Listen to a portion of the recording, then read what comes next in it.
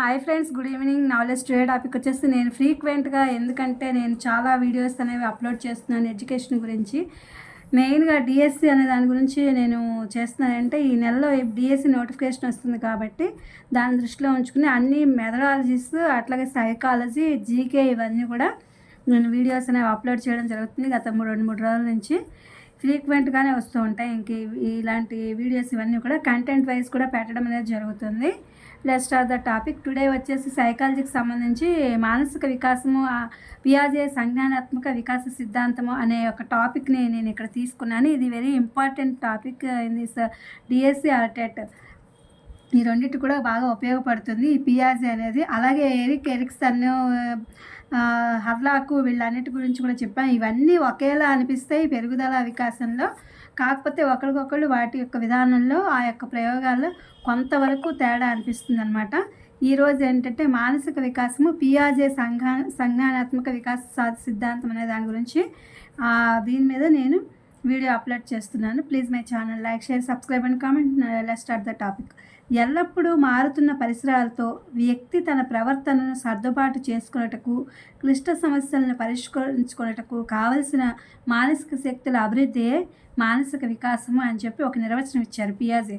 వ్యక్తి ఆలోచన, వివేచన, ఊహ, స్మృతి, ప్రజ్ఞ, భాష మొదలగు మానసిక శక్తుల అభివృద్ధిని తెలియజేయ భావనయే మానసిక వికాసము. ఇవన్నీ కూడా పియాజే ఇచ్చినటువంటి నిర్వచనాలు అన్నమాట. మానసిక వికాసము లక్షణాల గురించి చూద్దాము. పియాజే మానసిక వికాసం లక్షణాలు ఎలా ఉంటాయని చెప్పారంటే, మూర్తంగాను అమూర్తంగాను ఆలోచించగలుగుట, అన్వేషణాశక్తి కలిగి ఉండుట, ఆకారం, పరిమాణం, దూరం, కాలం వంటి భావనలు ఏర్పడుట, ప్రణాళికలు రూపొందించే సామర్థ్యం ఏర్పడుట, సమస్యలను పరిష్కరించే సామర్థ్యము, ఆత్మభావన ఏర్పరచుకున్నట, మెదడు మరియు జ్ఞానేంద్రియాలు సంపూర్తిగా అభివృద్ధి చెంది ఉండుట, పరిణితి చెందిన వైఖరులు, ప్రవర్తనలను కలిగి ఉండుట, ఏ విషయాన్నైనా గ్రహించగల సామర్థ్యము, అభ్యసించగల సామర్థ్యము కలిగి ఉండడం మొదలైనవి. ఇవన్నీ కూడా ఈ యొక్క మానసిక వికాసం యొక్క లక్షణాలు అన్నమాట. పియాజే ఏ దేశానికి చెందిన మనస్తత్వ శాస్త్రవేత్త అంటే స్విట్జర్లాండ్. పియాజే దేని మీద పరిశోధన చేశారంటే శిశువు తెలివితేటలు, గుణాత్మక వికాసాన్ని గురించి పరిశోధన చేశారు. పియాజే దేనిని గురించి సిద్ధాంతీకరించారంటే మేధాశక్తి పెరుగుదలకు కావలసిన ప్రత్యక్ష అభివృద్ధి మొదలైన వాటి గురించి ఈయన సిద్ధాంతీకరించారనమాట. పిల్లల వికాసంలో ఏది ముఖ్య పాత్ర పోషిస్తుందంటే ప్రజ్ఞా వికాసం అనేది పిల్లల వికాసంలో ముఖ్య పాత్ర పోషిస్తుంది. పియాజే ప్రజ్ఞా వికాసంలో దేనికి అధిక ప్రాధాన్యత ఇచ్చాడంటే ఆలోచన అభివృద్ధికి ఈయన అధిక ప్రాధాన్యత అనేది ఇవ్వడం జరిగింది. పియాజే ప్రధాన సూచికగా దేనిని భావించారంటే సంజ్ఞానాత్మకత అనేది ఆలోచన అభివృద్ధికి ప్రధాన సూచికగా పియాజే భావించారు. పియాజే ప్రకారం సంజ్ఞానాత్మకత అంటే ఏంటి అంటే మానసిక సామర్థ్యాలలో వికాసం జరిగి తన గురించి, పరిసరాల గురించి, తనకు పరిసరాలకు మధ్య గల సంబంధాన్ని గురించి తెలుసుకొనట మరియు అవగాహన చేసుకొనట అనే దాని గురించి ఈయన పియాజే ప్రకారం సంజ్ఞానాత్మకత అంటే ఏంటంటే ఇవన్నీ అవగాహన చేసుకోవాలి అని చెప్పి చెప్తున్నారనమాట. పియాజే సిద్ధాంతం ద్వారా వివరించిన ముఖ్య భావనలు ఏంటంటే స్కీమాలు, ప్రచాలకాలు, అనుకూలతలు, వ్యవస్థీకరణము. ఈ 4 కూడా ఆయన ప్రతిపాదించినటువంటి సిద్ధాంతాలు అన్నమాట, సిద్ధాంత భావనలు. సంజ్ఞానాత్మక నిర్మాణంలో భాగాలు ఏవి అంటే స్కీమాలు మరియు ప్రచాలకాలు. ఈ సంజ్ఞానాత్మక నిర్మాణం మనకి అనేక రకాలు ఉన్నాయి కదా ఈ యొక్క పియాజే దాంట్లో. వీటిలో ఏంటంటే సంజ్ఞానాత్మక నిర్మాణంలో అంటే ఆలోచన విధానంలో, మానసిక సామర్థ్యాల్లో, వికాసాల్లో ఈ స్కీమాలు మరియు ప్రచాలకాలు అనేవి ఈ రెండింటిని నిర్మాణంలో భాగాలుగా పియాజే చేశారనమాట. సంజ్ఞానాత్మక ఇవేమో నిర్మాణంలో భాగాలు. అలాగే సంజ్ఞానాత్మక నిర్మాణంలో విధులుగా పియాజే వేటిని భావించారు అంటే అనుకూలత మరియు వ్యవస్థీకరణలను విధులుగా భావించారు. వీటినేమో నిర్మాణంలో భాగాలు, ఇవేమో విధుల్లో అన్నమాట. అనుకూలతలు మరియు వ్యవస్థీకరణలు భావించారనమాట. పుట్టుకతో వచ్చేవి ఏవి అంటే స్కీమాలు. ఇవి పుట్టుకతోనే సహజంగా ఉంటాయి శిశువుకి.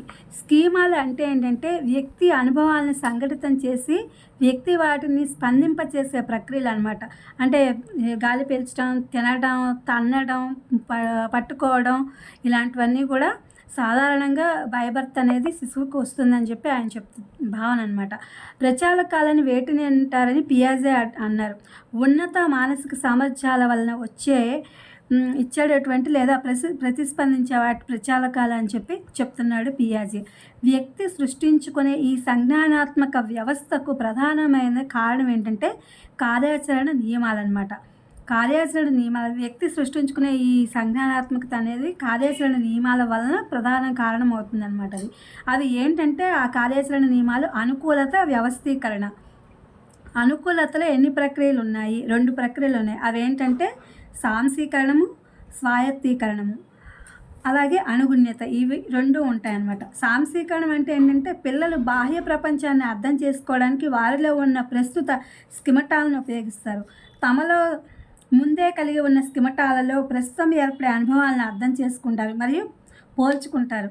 ఈ స్కిమటాలు అంటే అవి బైబర్త్ అనేవి వాళ్ళకు ఉంటాయి కాబట్టి ఆ శిశువులో అప్పుడు ఏం చేస్తారంటే బాహ్య ప్రపంచాన్ని అర్థం చేసుకుని వారిలో ఇవి ఉపయోగపడతాయి. ఈ స్కిమటాలు అనేవి వాళ్ళ యొక్క ప్రపంచాన్ని అర్థం చేసుకోవడానికి ఉపయోగపడతాయి. అలాగే తమలో ముందే కలిగి ఉన్న స్కిమటాలతో ప్రస్తుతం ఇప్పుడు వాళ్ళకి అనుభవంలో ఏదైతే ఉందో ఆ అనుభవాలను అర్థం చేసుకుని పోల్చుకుంటారనమాట శిశువులు. అదే చెప్తున్నాడు. అనుగుణ్యత అంటే ఏంటంటే ప్రస్తుత ఆలోచన విధానం పరిసరాలను పూర్తిగా గ్రహించడానికి సరిపోదని తెలుసుకొని పాత స్కిమటాలను అంటే ఏవైతే అతని అనుభవంలో ఉన్నాయో వాటిని మార్పు చేసుకుంటూ లేదా కొత్త స్కిమటాలను సృష్టించుకుంటాడు. అనగా ఇది పునఃశిక్షణగా గురి చేసే ప్రక్రియ అన్నమాట.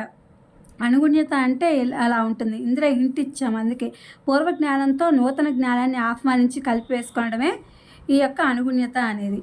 సాంశీకరణం మరియు అనుగుణ్యతల మధ్య వేటిని పొందుతుంటారంటే సమతుల్యతను పొందుతుంటారు.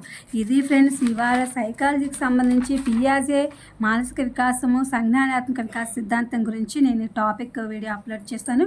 ఇది డిఎస్సి వాళ్ళకి బాగా ఉపయోగపడుతుందని చెప్పి అనుకుంటున్నాను. Okay, please my channel like, share, subscribe and comment.